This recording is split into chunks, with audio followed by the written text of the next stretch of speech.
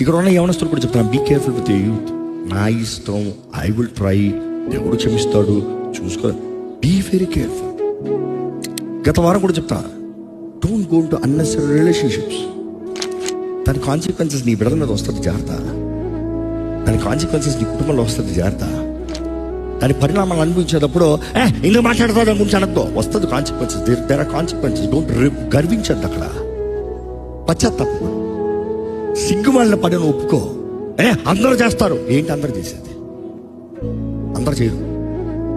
దేవుడు అంటే భయం లేనివారు, దేవుడు అంటే ప్రేమ లేనివారు, దేవుని మాట లోబడిన వారు చేస్తారు. Straight as that, accept it. The whole world does that. The whole world is going to hell. You want to go to hell?